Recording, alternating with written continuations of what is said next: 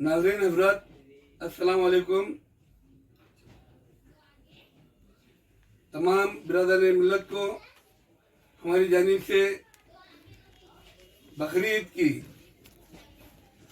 बहुत बहुत मुबारकबाद। अभी कल जो है तो कोई बता रहे 95 जानवर पकड़े गए, कोई बता रहे 80 जानवर पकड़े गए, 82 जानवर पकड़े गए। और इस सिलसिले में जो है हमको बहैसियत वकील बहुत सारे लोगों ने आके सवालात किए। हमने तो उनको जवाब ये दिया कि भाई हम जो है तो पहले वीडियो डाल चुके कि जो चीज़ की गवर्नमेंट ने ममानियत की वो चीज़ आप काटो मत। इस पर जो है हमारे साथ आज हमारे औरंगाबाद डिस्ट्रिक्ट कोर्ट के और हाई कोर्ट के मशहूर वकील जनाब अहमद खान साहब भी हमारे साथ मौजूद हैं। तो थोड़ा तबादला ख्याल हमको इस उन्वान पे करना है। लोगों का बोलना है कि पुलिस अगर झूठी केस करे तो अपने क्या करना चाहिए। तो अहमद भाई, अभी जो है 80 जानवर पकड़े गए। ये जानवर उन्होंने काटने के लिए लाए नहीं थे, पालने के लिए लाए थे या बेचने के लिए लाए थे। उनके ऊपर ही मुकदमा क्यों किया गया, उनके जानवर क्यों पकड़े गए? इस ताल्लुक में आपका क्या ख्याल है? जहाँ तक कि मेरी इंफॉर्मेशन है इस बारे में कि जिन लोगों के पास से ये जानवर सीज हुए हैं तो उन लोगों के पास बिल दाखले वगैरह पुलिस को मिला है। और इससे ये पता चलता है कि वो जानवर जो है स्लॉटर के लिए काटने के लिए नहीं लाए गए। लेकिन पुलिस को जिस तरह से महाराष्ट्र गवर्नमेंट को आदेश आया हुआ है तो पुलिस अपनी मनमानी गरी से दादागिरी कर रही है और झूठे गुने भर के और उनके झूठे गुना दाखिल कर रही है और अननेसेसरी डिटेन कर रही है। मेरा बोलना यह है कि अगर से कभी कानून है कि काटते हुए पकड़े गए या कटा हुआ पकड़े गया और वो बीफ है तो उस पर कैसे करना चाहिए। और यहाँ पर जो है तो बैल बेचने के लिए लाए या पालने के लिए लाए, तुम्हारे घर पे बंदे लोग को पकड़ने को तुमको कोई हक नहीं है। फिर ऐसे टाइम में जो गैर कानूनी तौर से पकड़ रहा है उसके ऊपर हम केस नहीं करेंगे क्या?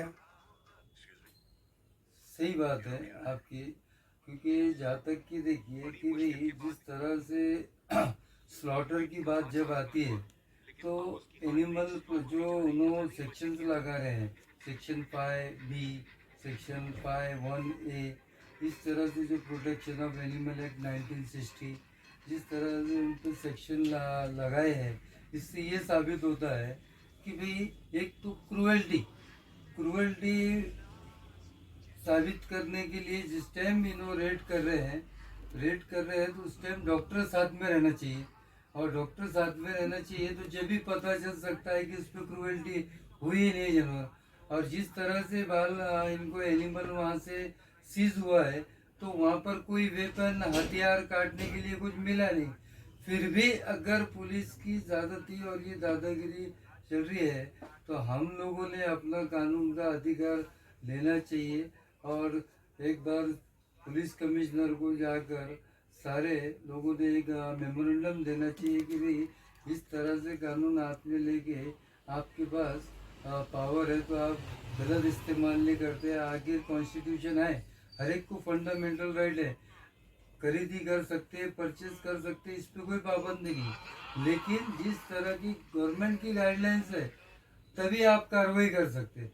तो जहाँ तक कि पता ही चलता कि इनकी जो कार्रवाई है ये बेबुनियाद है और गलत है। अरे भाई, गवर्नमेंट की गाइडलाइन एक अलग चीज़ है और कानून अलग चीज़ है।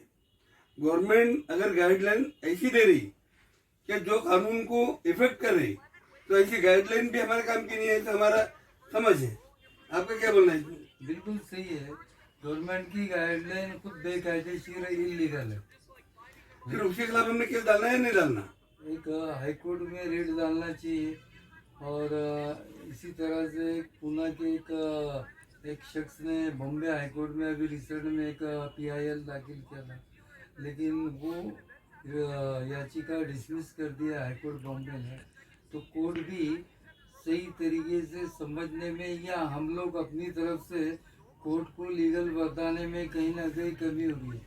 इसी की वजह से अब ये वकीलों पे और जो हमारे लीगल फ्रेटर्निटी है इस पे बहुत सारी जिम्मेदारी होती है कि भाई इलीगल कॉन्स्टिट्यूशन के अगेंस्ट में इस तरह के कानून अगर गवर्नमेंट सभी लागू करते हैं तो ये इस पे आवाज़ नहीं उठाएंगे तो इनकी ज़्यादती बढ़ते जाएंगी और इस तरह से जनता सफ़र होते रहेंगे। देवेंद्र फडणवीस यानी गवर्नमेंट नहीं है, वो मुख्यमंत्री है। गवर्नमेंट जो है तो पूरा मंत्रिमंडल दोनों ऐवान ये मिलके गवर्नमेंट है और ये दोनों ऐवान में जो चीज पास होती और बाद में उसको राज्यपाल की मंजूरी मिलती और बिल बनता, वो बिल जो है तो कानून बनता। वो कानून अगर तोड़ा गया तो तुम केस कर सकते, अगर उसके खिलाफ कभी काम करे तो कानून तुम तोड़ रहे, और ऐसी सूरत में कभी कानून तुम तोड़ रहे, तुम आगे हमारे घर पे फोर्स का इस्तेमाल करके हमारे जानवर लेके चले जा रहे, तो जेएमएफसी कोर्ट में भी हम केस दाखिल कर सकते हैं भी हमारे जानवर चोरी जा रहे। बल्कि पहले सेक्शन 211 सीआरपीसी था कि फॉल्स इम्प्लीकेशन जब पुलिस हो या कोई भी शख्स किसी शख्स को इंजरी पहुंचाने के लिए इस तरह से काम करती थी तो पुलिस पर भी 211 के तहत सीआरपीसी के तहत है और अभी बीएनएस का सेक्शन जो है चेंज हुआ है, उस तरह से पुलिस पे कार्रवाई कर सकते हैं। इस तरह कानून जीएमएफसी के पास हम अपने लिए राइट है अपना जा सकते और पुलिस पर कानूनी कार्रवाई से कर सकते, और जब तक इस तरह से कार्रवाई नहीं करेंगे तो पुलिस बाज नहीं आएंगे और जनता को सही तरह से इंसाफ नहीं मिलेगा। हमारे कानून से मेरी गुजारिश है कि इस तरह की हरकत जब भी पुलिस करती है तो ऐसे टाइम में तुम्हारे पास में मोबाइल है, मोबाइल पे उनकी फोटो लो, ये एक पहले एविडेंस बना के वो लेके जा रहे तुम्हारे पास से, और उसके बाद फिर पुलिस की शिकायत करो। अगर पुलिस शिकायत नहीं ले रही तो उनसे उसी ले लो अपने पास में कि हमने आपको एप्लीकेशन दिए बोल के, उसके बाद कमिश्नर को दो। अगर कमिश्नर भी कोई कार्रवाई नहीं करता है उनके ऊपर तो ऐसी सूरत में कोर्ट में जाके 156(3) में केस दाखिल करके उनके खिलाफ जो तो केस करना चाहिए ऐसी में। और ये कौन करना चाहिए? जो इफेक्टेड पर्सन है, जिनके जानवर गए, जिनके जानवर पुलिस ने चुरा कर लेके गए, उन्होंने करना चाहिए। इतना कहते हुए मैं आज के हमारी सेशन को खत्म करता हूँ और तमाम कारीन से गुजारिश करता हूँ, कल बकरीद है, गवर्नमेंट ने जो गाइडलाइन जारी की है कि किस तरीके से तुमने कुर्बानी देना चाहिए, उस गाइडलाइन का पूरेपूर पालन करना चाहिए और उसी तरीके से जो है तो अपनी कुर्बानी अंजाम देना चाहिए। और जो जानवर को गवर्नमेंट ने मना किया है, कानून ने मना किया है, ऐसे जानवर कतई काटना नहीं चाहिए। इतनी मेरी गुजारिश है। खुदा हाफिज़, वस्सलाम।